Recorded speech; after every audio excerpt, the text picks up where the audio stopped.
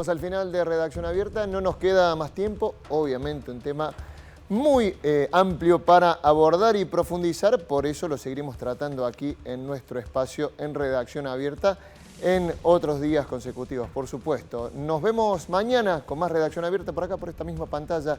Canal 10, el canal de la Universidad Nacional de Córdoba, mañana a las 20 como siempre. Chau, gracias por estar del otro lado.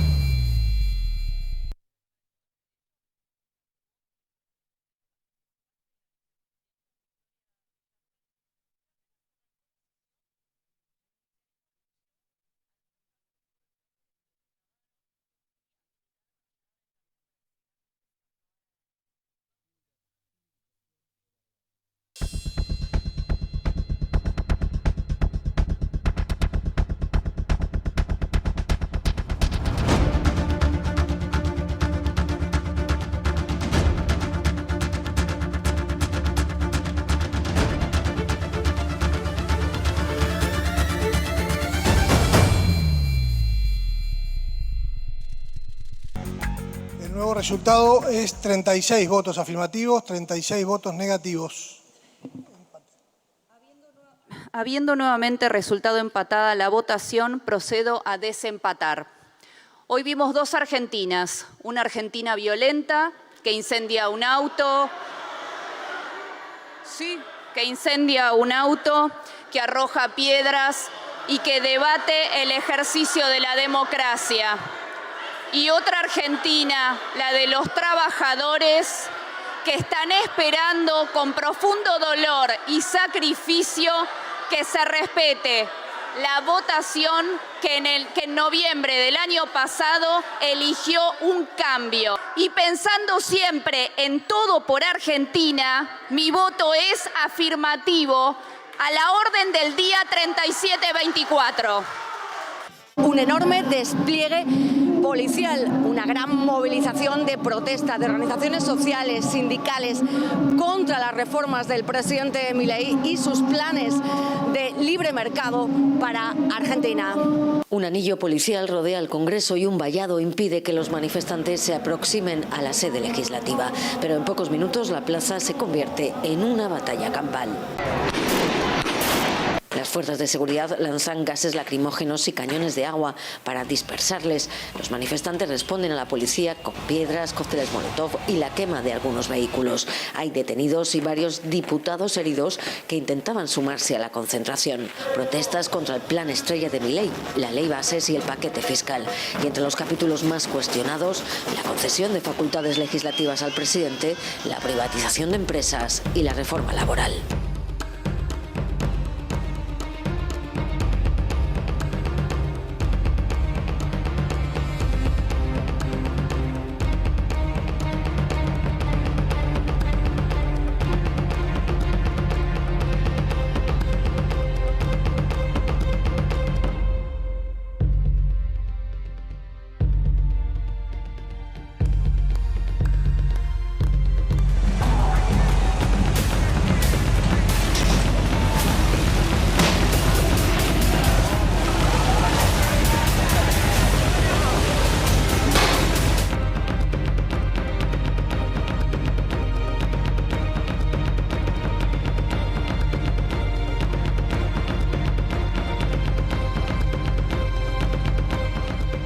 Conversar con las autoridades para tratar de frenar la represión. Tanta emoción y tanta... parece que no estuvieran bien, o sea, es una locura lo que están haciendo. A los senadores de la Nación se les paga para sesionar.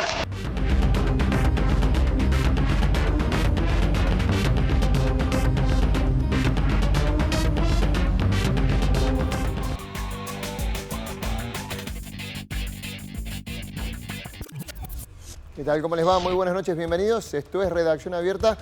Hemos ido analizando durante todos nuestros espacios informativos en los SRT lo que dejó el tratamiento de la Ley de Bases en el Senado de la Nación. Hay que recordar que ayer hubo la aprobación de una de las cámaras, pero esto para que se convierta en ley tiene que volver a otra de las cámaras. A ver, en los días anteriores, y ya lo habrán escuchado ustedes, el presidente había calificado poco menos, entre otras cosas, de ratas a los legisladores, los había despreciado, había dicho que le importaba muy poco, había dicho que le importaba un carajo si se aprobaba o no la ley de bases, que él iba a seguir haciendo las reformas de la Argentina, pero es cierto que ayer el gobierno logró la sanción de lo que podría decirse una ley de leyes. Insistimos, la media sanción de una ley de leyes que ahora tiene que volver, pero que abarca un corpus bastante grande en materia administrativa, fiscal, bueno, en materia de derechos. Por eso queremos abordarlo hoy. Hay quienes defienden esta ley, por más que poco, parecía ayer que poco importaba ayer el contenido, sino el tema de que lograr esa victoria que era la aprobación.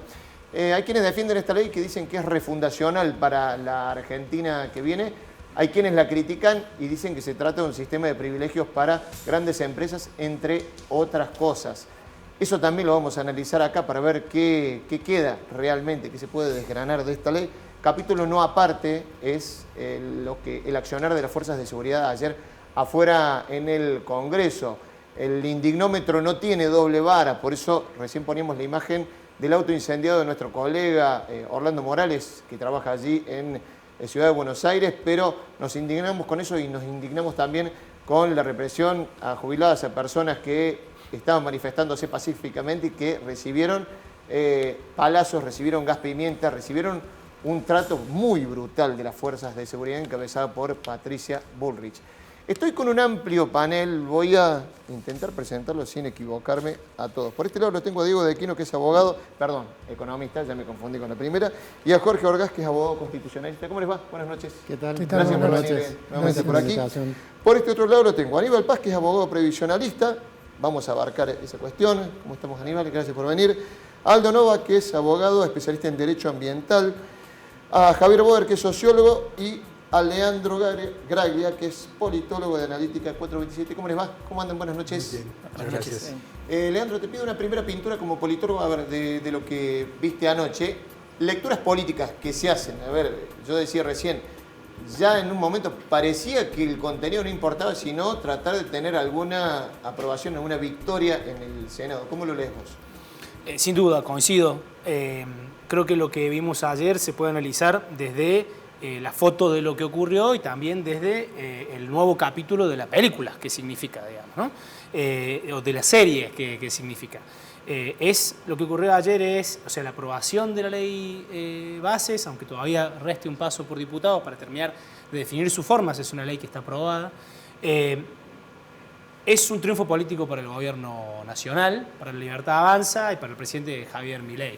Es un triunfo político en la dimensión estrictamente política, es decir, en el manejo de los recursos de poder, en reforzar las orientaciones de la opinión pública, sobre todo de aquellos defensores del espacio.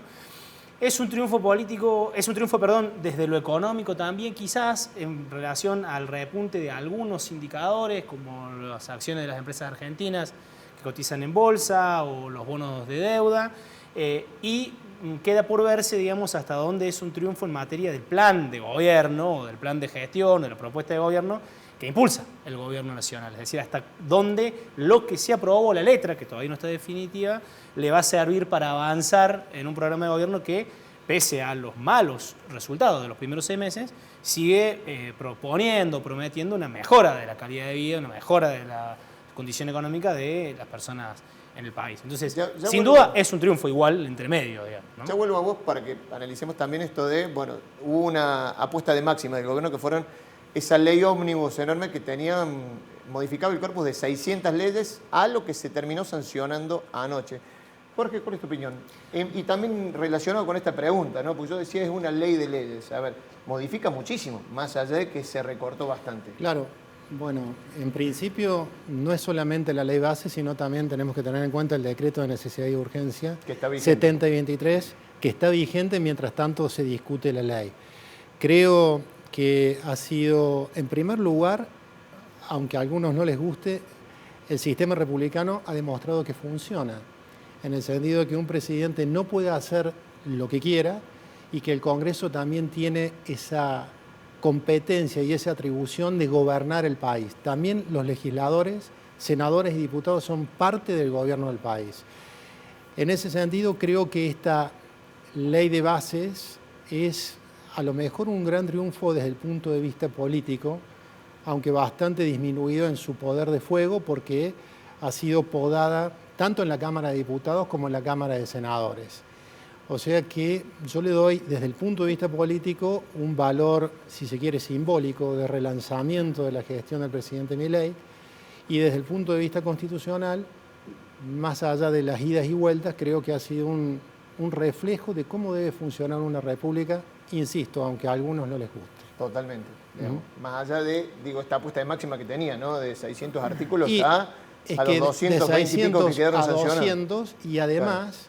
Que sigue siendo muchísimo, ¿no? Es bastante, pero resta la última instancia porque ahora vuelve a diputados, con observaciones muy importantes, pienso en la temática de bienes personales, el impuesto de bienes personales y el impuesto a las ganancias.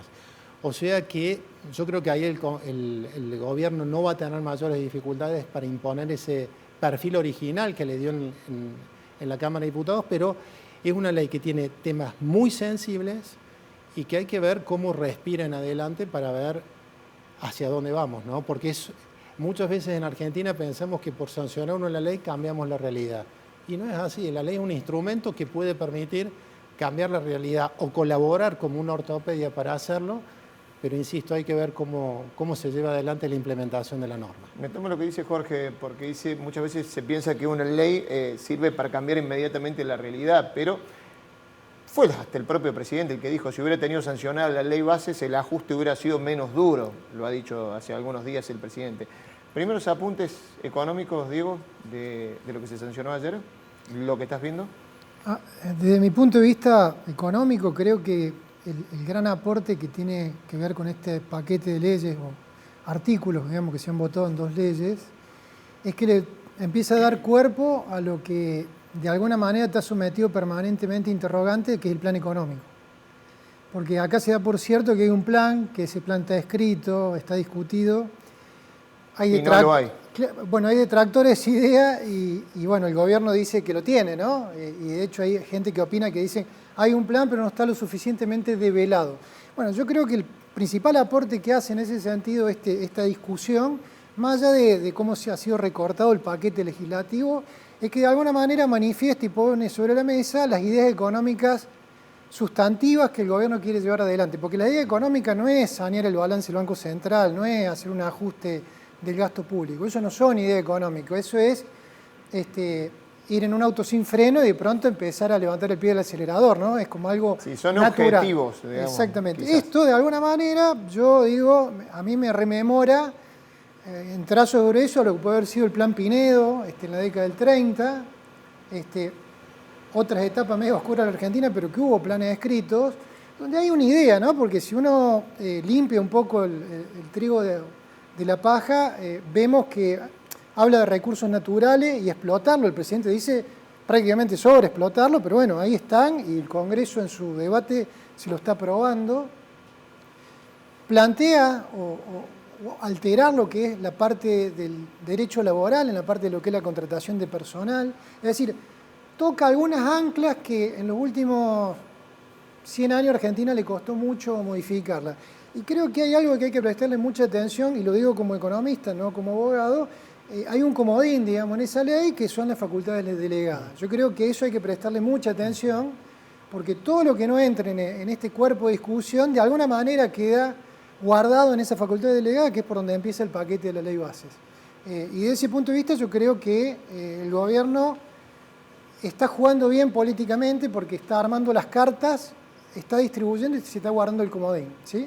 Así que desde ese punto de vista yo creo que es un avance y que no va a permitir a los profesionales discutir sobre bases más ciertas de lo que realmente quiere ejecutar el gobierno. Paso por este lado, le pregunto a Aníbal, a ver, ¿cómo lo analizás vos desde tus ópticas en las que te especializás? Tanto la previsional, tuvo modificaciones, lo que se votó ayer, desde la laboral. Bueno, por la parte laboral vivimos en una incertidumbre total desde diciembre con el DNU. Tenemos un capítulo completo que está suspendido por una medida cautelar que adquirió carácter erga omnes, es decir, hacia todos los sujetos comprendidos dentro del ámbito de aplicación de actuación de la CGT, que es la impulsora de la causa. Entonces la incertidumbre jurídica, como dice el colega, la verdad que es un problema para los profesionales, para los sindicalistas, para los trabajadores, para las empresas. La incertidumbre jurídica en sí misma es un problema. Desde el punto de vista previsional, tenemos alguna buena noticia por fin para dar a los jubilados, o por lo menos a aquellas personas que se estaban por jubilar. Esa buena noticia tiene que ver con la derogación, o la quita, mejor dicho, porque nunca llegó a sancionarse, de este capítulo de la ley de base que preveía la derogación de la ley de moratoria, la última ley, la ley 27.705. Que tenía... Algo muy resistido por el gobierno. Esto es algo resistido porque tiene un costo fiscal importante, claramente tiene que ver con todas las metas que han habido. Hay que hacer alguna distinción porque aparentemente es como si se hubiera disipado el peligro. Por un lado, el peligro en el sentido de aquellas personas que no se puede jubilar. Claro. Por un lado tenemos que la legislación todavía no está completa, tiene que volver a la Cámara de Diputados. Eso es una parte del peligro que todavía no está terminado. Y la otra parte es que la moratoria incluye dos capítulos. Uno para aquellas personas que están en edad de jubilarse y otras para aquellas que están a 10 años de jubilarse. La primera parte, que es la que más problemas genera, es la que tiene en sí misma, desde su génesis, un vencimiento. O sea que más allá que se derogue o no en esta oportunidad, la moratoria vence en 2025. Y si no se renueva... Si no se renueva, y ahí es donde vamos a ver qué va a pasar el año que viene con esa renovación. El segundo capítulo, el capítulo número 3, mejor dicho, es el que está previsto para aquellos trabajadores que les falta 10 años para jubilarse. En ese capítulo no hay una previsión de vencimiento, entonces es una buena noticia para aquellos trabajadores que no están al día de hoy con los aportes completos, como para entrar en ese plan de pago, completar sus aportes, y tal vez esto vaya de la mano con el blanqueo laboral que se propone, digamos, para darle un cierre, digamos, un marco completo a este blanqueo desde todas las ópticas posibles. Entonces, hay luces y sombras en todo lo que ha sucedido. Claramente tenemos incertidumbre en lo laboral, en lo sindical, y también en lo previsional, porque en paralelo tenemos otro proyecto de ley que se estaba tratando en diputados, que tiene que ver con una nueva ley de movilidad jubilatoria, que viene a completar o a reemplazar este DNU 274 de la movilidad por inflación, que nos rememora también viejas épocas de las movilidades de 2018, 2020 y 2021. Así que la verdad que el panorama es bastante complejo. Como conclusión, no puede ser que el jubilado se tenga que convertir en un experto en índices, en leyes, en normativas para entender por qué la está pasando tan mal, no desde hoy, sino desde hace 20 años. Entonces, seguimos en esta etapa de incertidumbre y vemos que la clase política en general, en estas materias tan sensibles, hoy defiende una idea, mañana se cambia la camiseta y defiende la idea totalmente contraria, y pasado mañana vuelve al inicio a defenderla, la primera que había en su momento apostado y luego denostado. Entonces, jubilados que han sido los que han pagado bastante parte del ajuste, ¿no? Porque hay que decirlo. Claro, hay que decir, sufrido, hay que decir dos cosas, si me permitís un segundo más. Hay que decir dos cosas. ¿Han ajustado a los jubilados? ¿Este gobierno lo ha ajustado a los jubilados? Sí, es cierto. ¿Ha mejorado este gobierno a los jubilados? Sí, también es cierto. ¿Por qué? Porque venimos de un piso muy malo. Claro. Hubo una recomposición, sí es cierta, pero esa recomposición fue menor a la inflación, por lo tanto, también hubo ajuste. Entonces, las dos son dos verdades a medias. La situación de los jubilados sigue siendo mala porque no hay recomposición de lo que se perdió hasta 2024. Aldo, en la materia que te implica a vos, digamos, ¿cómo lo analizaste? Calculo que has seguido algunos capítulos más específicamente. Sin duda. El capítulo 6, el 7, lo que es el régimen de la energía y el régimen del RIGI.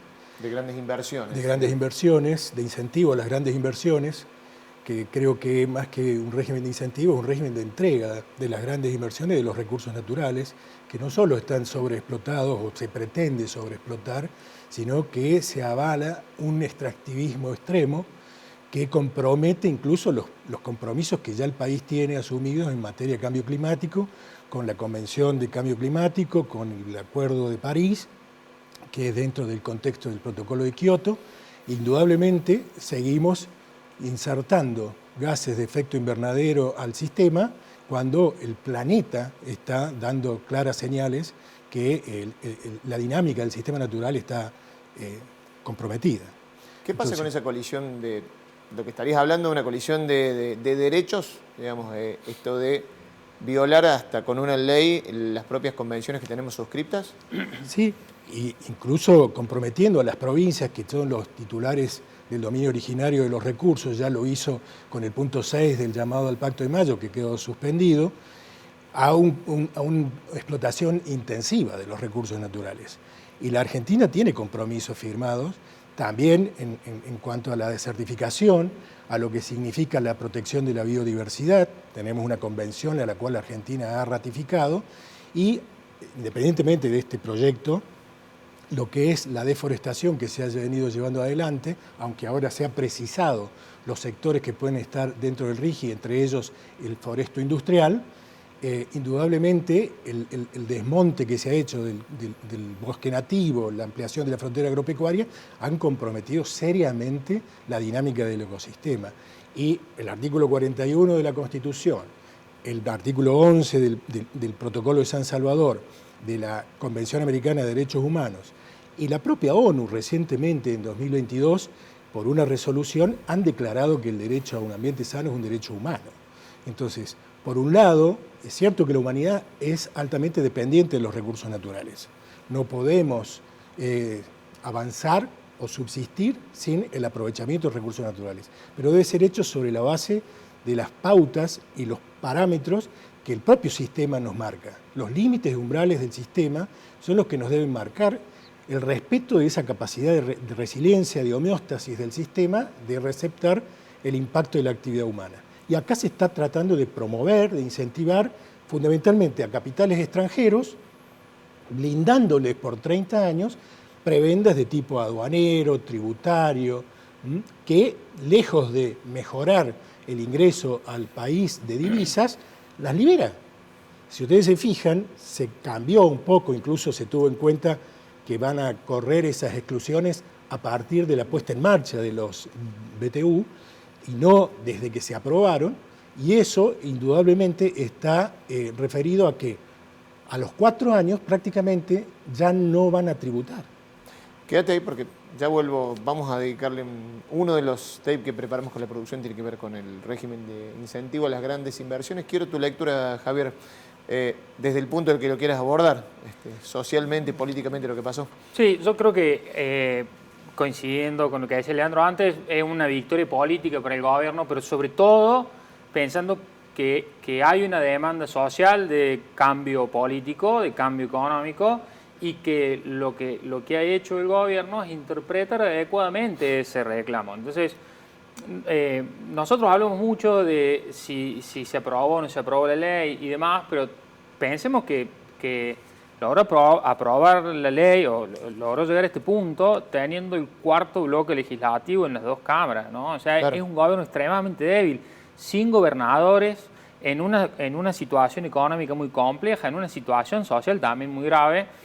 Y en ese contexto no pierde apoyo popular, consigue sacar esta ley y que en todo este proceso, todo lo que veíamos ayer, las imágenes de la represión y demás, no haya hecho mella en el gobierno, sino que de alguna manera es como que lo ha envalentonado. Y coincidiendo también con lo que decía Diego, esto es como bueno, pone como una dirección un poco más clara, es como que empieza a definir un nuevo marco discursivo desde el Estado de hacia dónde quieren dirigir las cosas. Entonces, a mí personalmente me parece que es un cambio importante, más allá del alcance real de esta ley y de todo esto que está pasando, porque la realidad es que en este punto ya había como una cierta, había como dudas en el mundo respecto a lo que podía llegar a hacer Argentina, porque decir, bueno, pasaron 6 meses,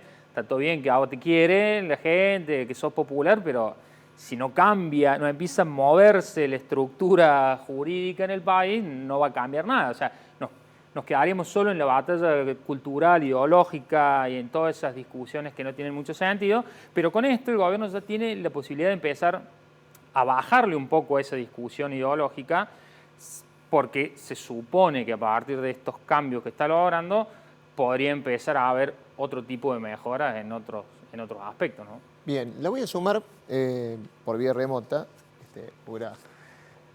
era la idea de que estuviera por aquí también, pero bueno, hoy no pudo estar, pero le agradecemos el contacto a Paula Suban, que es magíster en comunicación política, politóloga. ¿Cómo estás, Paula? Gracias por sumarte a Redacción Abierta y gracias por esperar un rato, escuchando también la exposición de quienes están aquí. ¿Qué tal? Buenas tardes a todos los que están ahí en el piso. Bueno, tu análisis político, primeros apuntes de lo que sucedió ayer. Bueno, yo creo que el presidente comenzó a construir su estructura de capital político, ¿no? O de poder político, en todo caso, que hasta ahora venía bastante cascoteado y evidentemente comprendió en los últimos meses que sin esa construcción de tipo política, para lo cual nombró a Guillermo Francos, le iba a ser mucho más complejo y mucho más difícil poder gobernar. Aunque no lo reconozca públicamente, en los hechos lo que podemos ver es que en ese sentido hubo un reconocimiento de que todo se estaba trabando y dificultando. Ahora, el problema que comienza a partir de la aprobación de la ley bases, que por supuesto también tiene que volver a diputados todavía, ¿no? Falta un proceso más. Pero creo que el gran desafío que va a tener el gobierno por delante está principalmente en cumplir con las altísimas expectativas que ha generado este gobierno. Porque el presidente Milei, como buen outsider de la política, si se quiere, como buen interlocutor de un enojo, por otra parte justificado, de una gran parte de la ciudadanía con la política tradicional, ha generado altísimas expectativas. Y con el alargamiento de los tiempos, desde que asumió sin tener una ley aprobada, sin tener, como él bien dice, herramientas para poder llevar adelante las modificaciones que tiene previstas, bueno, no ha podido cumplir con esas expectativas. La cuestión está en que ahora comienza la etapa en la que la ciudadanía le va a empezar a exigir que esas expectativas se cumplan. Le quiero preguntar, nosotros hemos Paola, podido ver sí. Le quería preguntar, quizás está Leandro acá también, vos que digamos, son quizás los dos que más siguen el análisis de lo que tiene que ver con la política, si va a ser mella los viejos métodos de la política que se utilizaron para sancionar esta ley o si eso ya queda en el pasado. Digo, me refiero a ejemplo de dos senadores, Cuéllar, senador de Entre Ríos. Sorpresivamente salió en un publicado que iba a obtener algunos nombramientos para la Comisión Binacional del Río Uruguay. Otro caso, que ya fue, parece escandaloso, Lucila Krexler, otra senadora más, que fíjense ustedes lo que se conocía hace algunos días de la senadora que había recibido, parece un premio, por cambiar la opinión de lo que pensaba antes sobre la ley de bases o no, lo dice el comunicador Eduardo Feynman en uno de sus editoriales de la mañana. Fíjate. Que Lucila Krexel esta semana anticipó a sus colegas que votará la ley a cambio de la embajada en la UNESCO. Se va a París, claro, un destino soñado. Donde estuvo en el gobierno anterior Marcela Lozardo. Exactamente. Parece que, bueno, Lucila va a dar su voto y parece que los votos en general para la ley bases van a estar. Vuelvo a vos, Paola, ¿por qué? Porque decías, bueno, se generaron grandes expectativas y una de las expectativas también es, bueno, esta basura de la política, esta casta, digamos, inmunda de la que habló el presidente, y parece que para terminar sancionando la ley se negocia de la vieja manera que esperábamos fuera desechada. Bueno, justamente yo creo que esto le impacta más al oficialismo, al gobierno nacional, que al resto de la política tradicional, porque justamente cuando hablamos de expectativas, que era lo que mencionaba antes, tiene que ver con esta promesa de cambio, de superar las viejas recetas de la política tradicional y de la casta, y lo empezamos a ver, a este resquebrajamiento o esta fisura en ese contrato electoral entre el presidente y la ciudadanía con el escándalo del Ministerio de Capital Humano. ¿Se está viendo en los estudios, en los sondeos que hacen ustedes? Sí, sí, por supuesto. Esto aparece... nosotros hicimos un sondeo a fin de la semana pasada porque veíamos que la situación del Ministerio de Capital Humano ya llevaba por lo menos 2 semanas en la conversación pública, en los medios de comunicación, una crisis que no termina de clausurarse, que cada vez tiene más vertientes, ¿no? Aparecen cuestiones de corrupción, aparecen compras de alimentos a organismos internacionales con montos no autorizados por la ministra, aparecen funcionarios que renuncian, otros que son separados de su cargo. Digo, hay toda una cuestión que rodea a este evento, a este hecho del Ministerio de Capital Humano, que tiene que ver no solamente con efectivamente la distribución de los alimentos, que todavía no sabemos si se ha llevado adelante convenientemente o no, si esos alimentos han llegado a destino o no, pero dejando de lado esa cuestión puntual, todo el resto de situaciones que han rodeado a este conflicto lo transforman también en la primera crisis del gobierno de Javier Milei. Porque afecta valores, porque significa un sufrimiento de una parte de la ciudadanía, porque se hizo todo mal, se negó primero, se minimizó después, se fue a la justicia en tercer lugar. Bueno, las herramientas disponibles del manejo de comunicación de crisis no se utilizó ninguna, se erró absolutamente en todo y este tema no se ha podido clausurar también. Y lo que nosotros hemos visto en el último estudio que terminamos la semana pasada, que vamos a terminar de publicar ahora el domingo, lo que mostramos en un adelanto fue que más del 65% de la ciudadanía cree que la ministra Petovelo tiene que renunciar a su cargo porque manejó mal la situación. Y más del 60%, 63%, si mal no recuerdo, está en desacuerdo con la frase del presidente que de Petovelo es la mejor ministra de la historia argentina. Pero hay algo que a mí me resuena mucho más, que es el hecho de que empieza a crecer la porción de la ciudadanía que dice, bueno, al final eran todos iguales. ¿Se ve eso? Por eso lo encadeno con esto de la aprobación de la ley bases.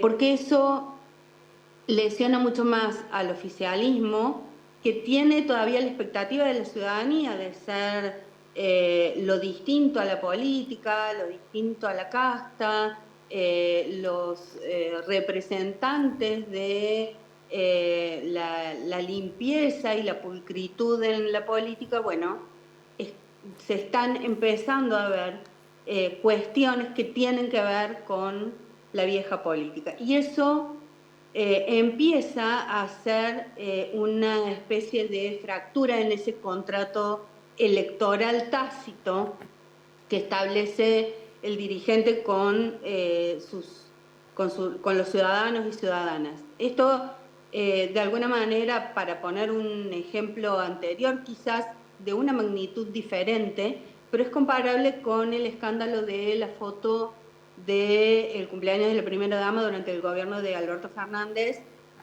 a comienzos de la pandemia, ¿no? Bien. Fue un hecho que significó como una especie de ruptura y empezó ahí, a partir de ahí a caer la consideración pública del gobierno de Alberto Fernández. Queda más que claro, más que interesantes los datos. Paula, gracias por sumarte, como siempre, acá a Redacción Abierta. No, por favor, a ustedes, muchas gracias. Te mandamos un abrazo grande. Nosotros nos vamos a la primera pausa en Redacción Abierta, pero ya seguimos con los invitados haciendo esta ronda y pidiéndoles a cada uno su apreciación desde sus materias específicas sobre lo que se aprobó anoche en el Senado de la Nación. Pausa, ya venimos.